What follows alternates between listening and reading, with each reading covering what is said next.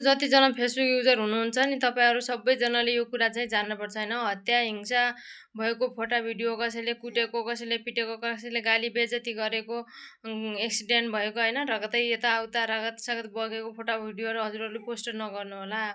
त्यस्तो गर्यो भने फेसबुकले हजुरहरूको आइडी ब्यान गरिदिन पनि सक्छ। त्यो फोटा भिडियो त हटाइदिन्छ होइन, फेसबुकले ब्लक गरिदिन्छ। त्यसैले कति धेरैजनाले मेरोमा पनि यस्तो नराम्रो बच्चालाई पिटेको, अर्को गरेको मलाई धेरै पठाउनुहुन्छ, सेन्ड गर्नुहुन्छ होइन, सेयर गर्नुहुन्छ। मलाई यस्तो नेगेटिभ असर पर्छ मेरो दिमागमा होइन। मैले हत्या हिंसा भएको फोटा भिडियो त मैले सिधै हटाइदिन्छु, मैले कहिले पनि हेर्दिनँ। हजुरहरूले के अरे सेयर गर्नुमा आउँछ, सेयर गरेको त के रहेछ भनेर एकचोटि हेर्नुपर्छ नि, हेरिन्छ नि होइन।